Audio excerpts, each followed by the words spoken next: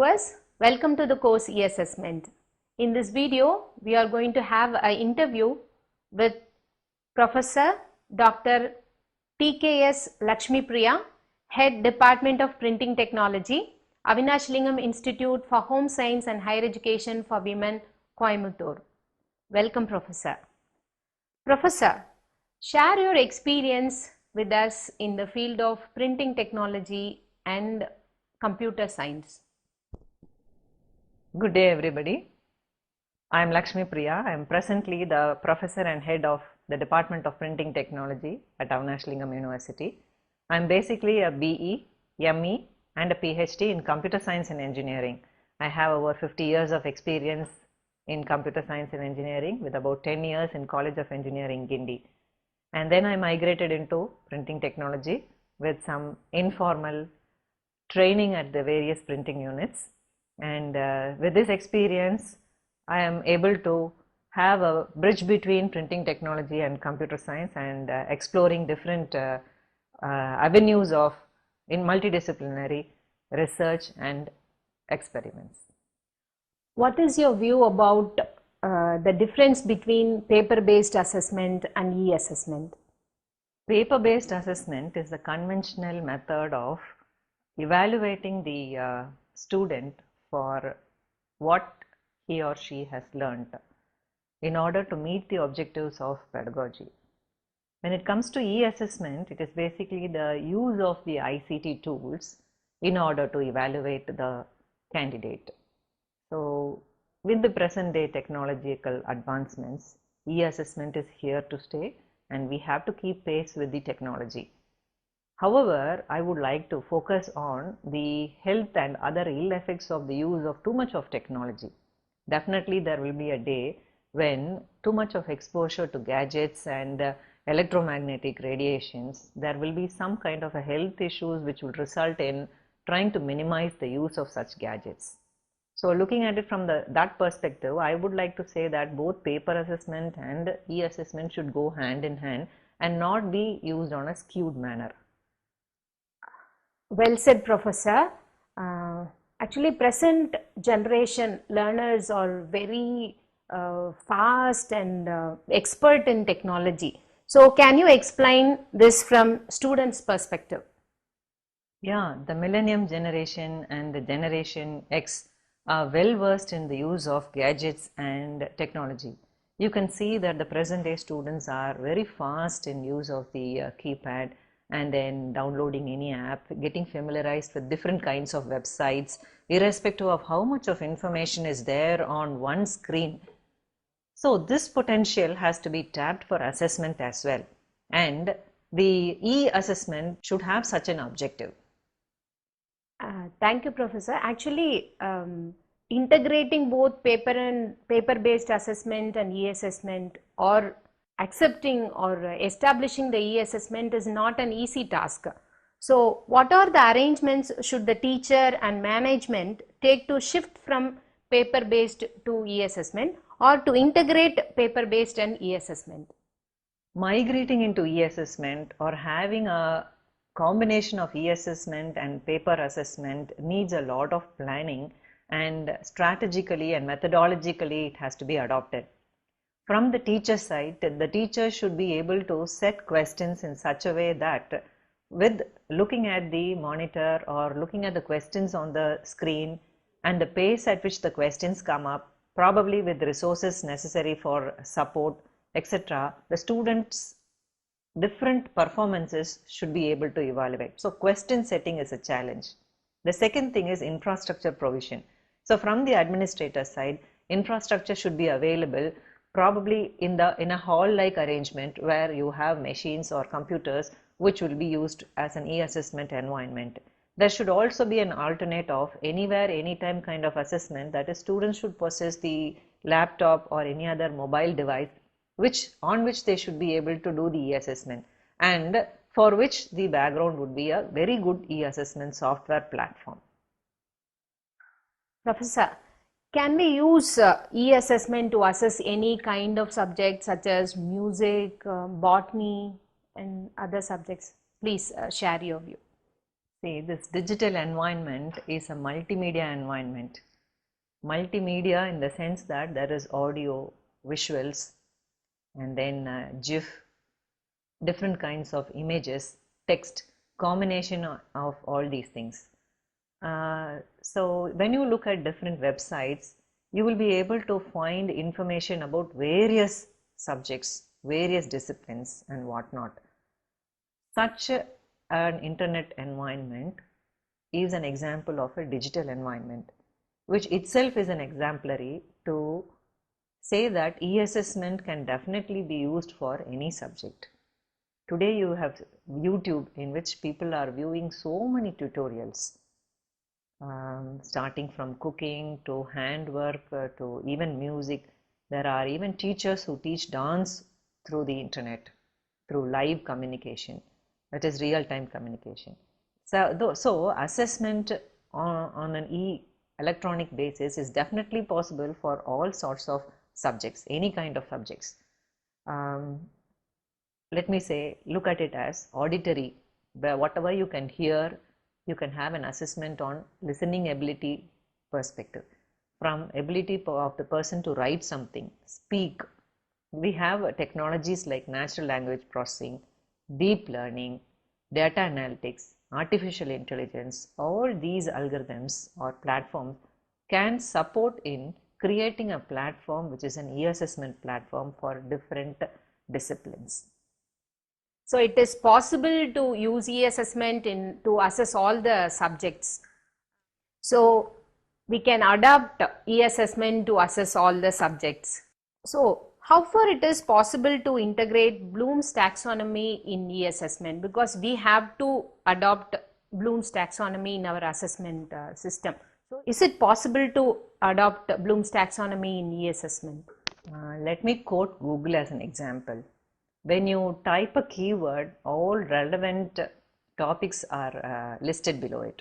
And when you search for a particular keyword, all relevant websites are listed. How is this done? It's because the algorithm which runs behind this is very complex. It is able to understand your language, the context in which you are asking a question, and it is also able to search the various websites that contain what you are looking for. Today there's another concept called location aware. If you are in India and you ask a question, you get different kinds of results.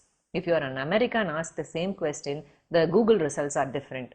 Like this, the algorithms are advanced. There are so many techniques which help in identifying such things.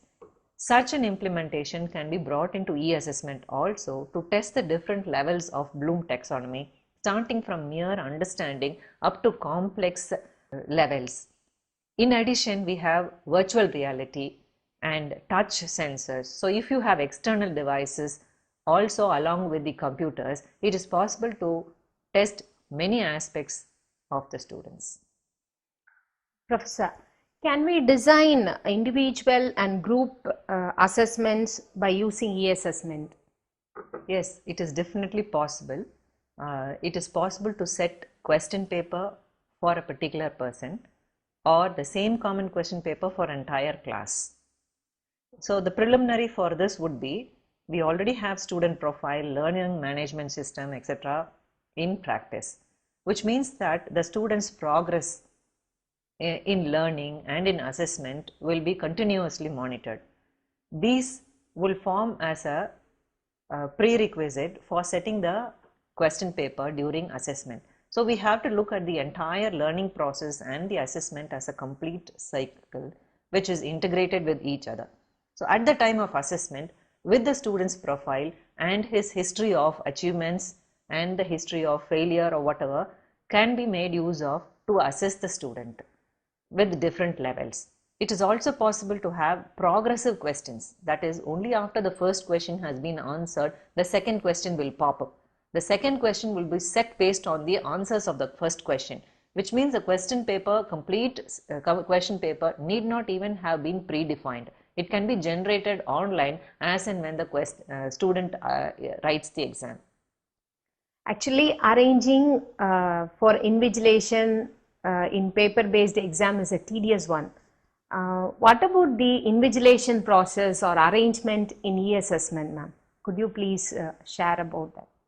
Typically, the role of an invigilator would be to collect the question paper, go to the hall, distribute it to the students, distribute the answer paper, monitor for any malpractice, specifically looking at another person's paper, bringing unwanted extra paper, bit paper, kind of things, and distributing paper, and also supporting the students for personal work like drinking water and other things. When it comes to e-assessment, it is distribution of question paper is not an issue. The students will have to log in. The login will have the question paper assigned to the student. The login is an authentication of the student. There can be biometric authentication, probably the pupil of the student's eye or fingerprint, face recognition. All these can be used for recognizing the person as a student, authenticating the student. And then the movement of the student and the behavior of the student can be monitored using specific algorithms in the computer itself, which will help in detecting whether the student is trying to do some malpractice or not. For example, gazing away from the monitor for a very long time, or the movement of the eyeball in a very suspicious manner, or getting up from the seat to go somewhere else before the completion of the assessments can be identified by image processing and other techniques, which will help in checking whether the student is trying to do some malpractice or not. Therefore, computer-based invigilation is possible to a great extent. However, we should not eliminate the presence of a human invigilator. I am only trying to say that the role of the human invigilator can be minimized to a great extent. And all these are based on to what level we will be able to bring in automation. The level of automation only talks about the efficiency of how good an invigilation can be. There are 3 stages in assessment, before assessment, during assessment and after assessment. Could you explain this both in paper-based and e-assessment? Prior to the assessment, one needs to set the question paper and identify for which student what question paper is required, say arranging the halls and putting up the schedule kind of things. During assessment, the primary job is invigilation, and after assessment, it is collection of the paper and distribution to the evaluation. So when you come to e-assessment, the preparatory work is much less because it is possible today to have automated question paper generation. Of course, you can have different level of setting question paper. You can have a staff individually picking up the different questions from the question bank and setting a question paper, or up to an automatically artificial intelligence based question paper generation. And the next one is invigilation, which we have already discussed. It's possible to have computer based invigilation. Post invigilation, we do not have any paper or bundle to be taken to another room and then have an evaluation center. Evaluation also can be done online, which means that post assessment also can be done. However, it is preferable not to go 100% into automation. There should be human involvement so that we still continue with some personal touch with the students. Definitely, when there is a human relationship, many things will have values. Human values should be retained. Professor, do you think that integration of e-assessment will develop higher order thinking skill among the learners? Yes, it is definitely possible. I will quote an example. There are computer generated paintings that can be generated through computer algorithms. There are images, digital images of human beings that can be generated automatically by computer algorithms. There is a website called thispersondoesnotexist.com. Every time you visit this website, a new human face will appear, but that face does not exist.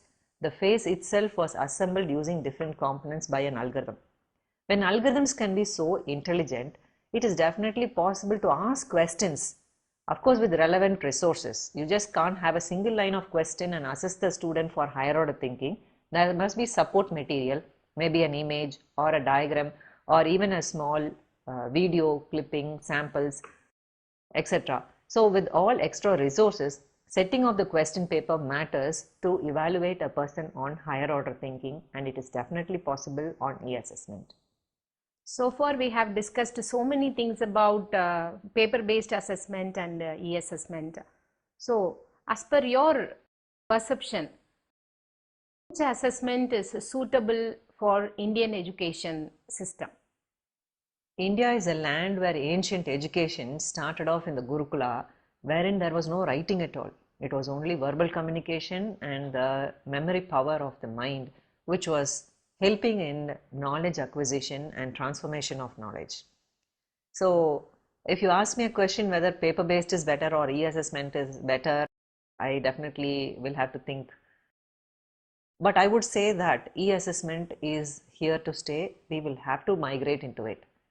But that depends upon the efficiency of e-assessment, depends upon how effective the software platform is, how effective we are implementing it, and how effectively the students are taking it seriously. So in the Indian environment, is this done effectively today? Is the digital mode being very effective today?